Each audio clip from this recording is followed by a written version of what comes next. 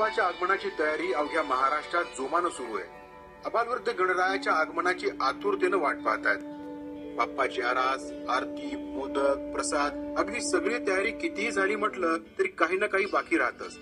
महाराष्ट्रात गणेशोत्सव एकदम उत्साहात साजरा केला जातो.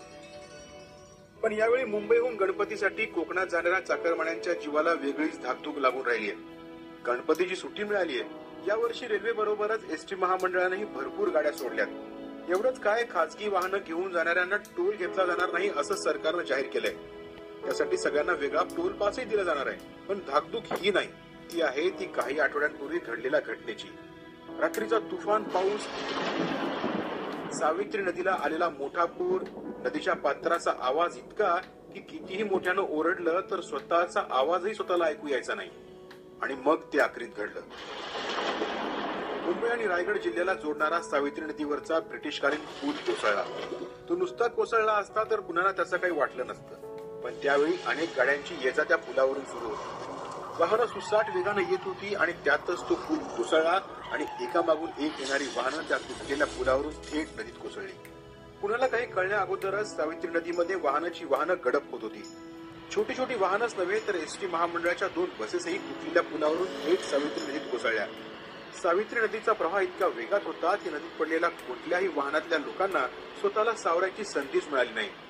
तिथे जवळच्या गॅरेजमध्ये काम करणाऱ्या बसंत कुमारनं एका पाठोपाठ येणाऱ्या गाड्यांचे लाईट्स नदीमध्ये गडप होत असल्याचं पाहिलं आणि त्या वातावरणातही त्यानं धीर राखून सगळ्या गाड्यांना अडवलं. नसता आणखी किती जणांचे जीव गेले असते कल्पनाही करवत नाही. दुर्घटना इतकी मोठी होती की त्यासाठी एनडीआरएफला पाचारण करावं लागलं. हवाई दल आणि नौदलाने मिळून सर्च ऑपरेशन सुरू केलं. तरी सुरुवातीचे 3-4 दिवस हाती काही लागलं नाही. त्यानंतर 300 किलोचा चुंबक घेऊन वाहनं सापडतायत का याची चाचपणी करण्यात आली. पण त्यातही फारसं यश आलं नाही. या दुर्घटनेत बेपत्ता झालेल्या युवकांपैकी चिपळूणचे अनिश आणि आवेश चौगुले हे चुलत भाऊ होते.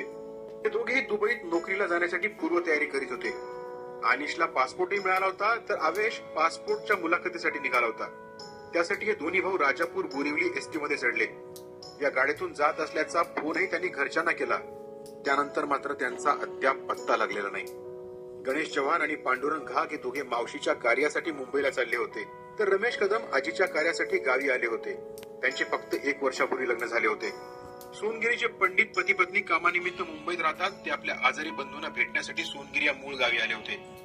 मुंबईत राहणारे मिरगल कुटुंबीय खासगी गाडीने मुंबईला निघाले होते. त्या अख्ख्या कुटुंबाचा अजूनही पत्ता लागलेला नाही. गडप झालेल्या एसटीचा चालक कांबळे यांचा मुलगा महेंद्रला मुंबईच्या अभियांत्रिकी महाविद्यालयात प्रवेश मिळाला होता. त्याची तांत्रिक पूर्तता करण्यासाठी तो वडिलांसमेत चालला होता. ती दोघे या दुर्घटनेत सापडले. एवढंच काही सगळी घटना घडून गेल्यावरही कित्येक दिवस वाहनांचे सांगाडेही सापडलेले नाहीयेत. गणपतीसाठी कोकणात जाणाऱ्या चाकरमान्यांच्या जीवाला हा घोर लागून राहिलाय. यातल्या कित्येकांनी रात्रीचा प्रवास टाळायचं ठरवलाय. आता हे सगळं कसं घडलं, नेमकं काय काय झालं याचा देखावा गणपती समोर उभारला जातोय. हा देखावा उभारून बाप्पाला साकडं घालण्याचा मानस आहे की बाप्पा आता हे घडलं ते घडलं पण पुन्हा असा दुर्दैवी अख्खी कुटुंब बळी जातील.